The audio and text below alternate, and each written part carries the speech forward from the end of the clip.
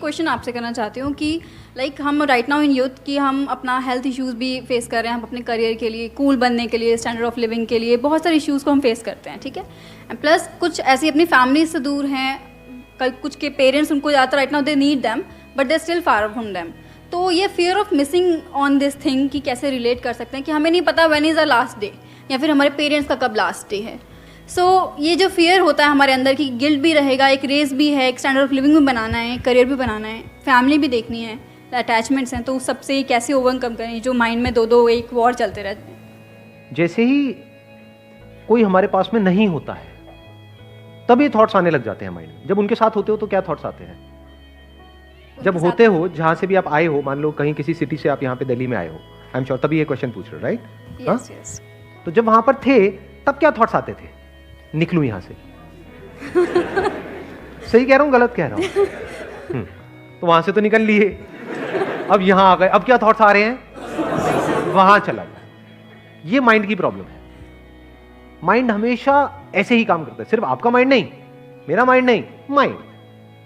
For example, आप में से किसी ने अपना कॉलेज चेंज किया, तो जब तक उस कॉलेज में थे रो रहे थे, ये कितना घटिया कॉलेज है, ये है वो है। जैसे किसी दूसरे कॉलेज में गए, क्या हुआ? उसके माइनस पॉइंट दिखने लग गए और पुराने वाले के सारे प्लस पॉइंट याद आने लग गए कि अरे इससे बढ़िया तो वही था। जॉब में भी ऐसे ही होता है। हाँ, अब रिलेट किया लोगों ने, ये यार ये तो हमने देखा है, ये तो ऐसा तो होता है। जब तक होते हैं एक जॉब में, ये तो बेकार है, सब बेकार है, घटिया है, ये है वो है, लोग भी निकम्मे हैं, ये है वो, कंपनी बेकार है। जैसे ही वहां से चले जाते हैं क्या होता है? किसी दूसरी कंपनी में जाते हैं, हमें समझ आता है लोग सिर्फ वहां पे निकम्मे नहीं थे, यहाँ पे भी निकम्मे हैं।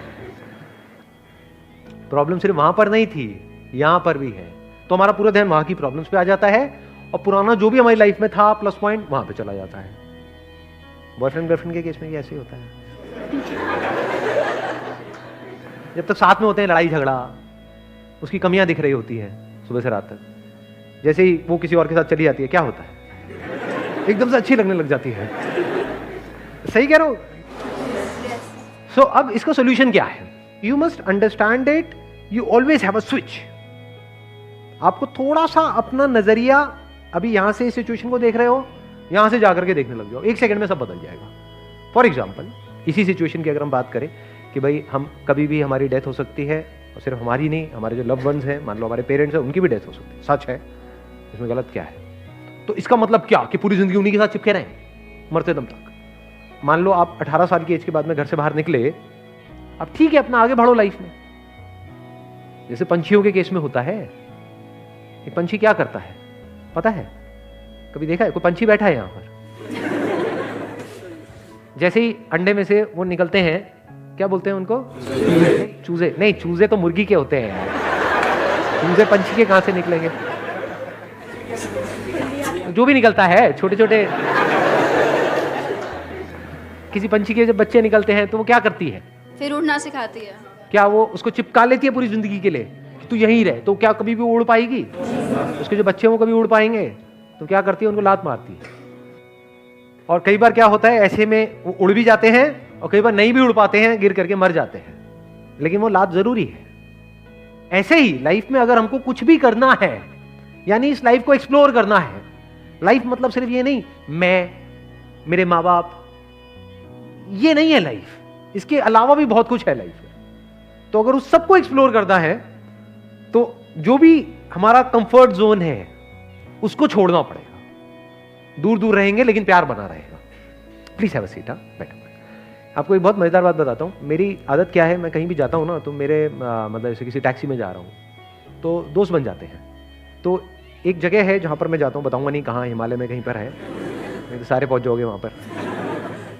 तो वहाँ पे एक टैक्सी ड्राइवर है जो बहुत अच्छा दोस्त है मेरा, मतलब बिल्कुल यारी दोस्ती वाला माहौल है। उसको पता ही नहीं है मैं कौन हूँ, क्या हूँ। मैं जब भी वहाँ जाता हूँ उसको फ़ोन करता हूँ, वही मुझे एयरपोर्ट से पिक करता है, वही मुझे वहाँ पे छोड़ता है और हमारी पूरे रास्ते बातें होती रहती हैं।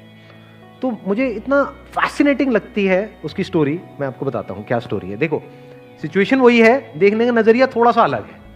वो बंदा हरियाणा में गाँव से है, लेकिन वो पिछले 8-10 साल से उत्तराखंड में टैक्सी चला रहा है।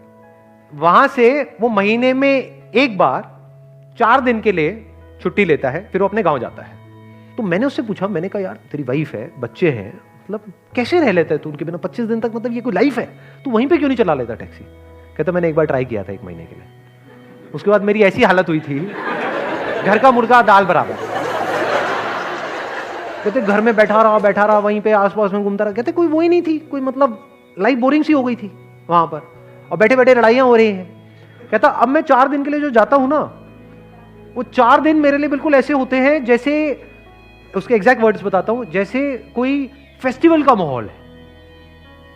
उसने मेरे को अपनी वीडियोस दिखाई कि कैसे वो बच्चों को ट्यूबवेल पे ले गया और बच्चे कितना एंजॉय कर रहे हैं। एक सेटिस्फैक्शन देखा मैंने उस बंदे की लाइफ में, वो सेटिस्फैक्शन जो बड़े बड़े करोड़पतियों के अंदर नहीं होता है।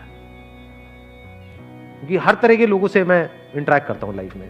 आई एम सो फॉर्चुनेट कि मेरे को हर तरह के लोगों से, मतलब ऐसे लोग जो बिलियनियर्स हैं, मिलियनियर्स हैं, वो भी मेरे टच में हैं, और ऐसे लोग जो कुछ भी नहीं है वो भी मेरे टच में है। बट इस बंदे के अंदर मैंने वो सेटिस्फैक्शन देखा और वो समझदारी देखी जो रेयर देखने को मिलती है। तो it is just a point of view. एक नजरिया उसका ये भी हो सकता था कि यार ये भी कोई लाइफ है, मुझे दूर रहना पड़ रहा है, मेरी फैमिली वहां पर है, मैं यहां पर हूं, ये क्या है, बेकार है, मुझे तो अपनी लाइफ ही खत्म कर देनी चाहिए।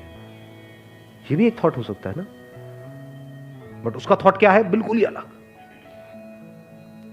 तो इट इज जस्ट अबाउट कि आप किस नजर से एक सिचुएशन को देख रहे हो। सारा खेल नजरिए का है।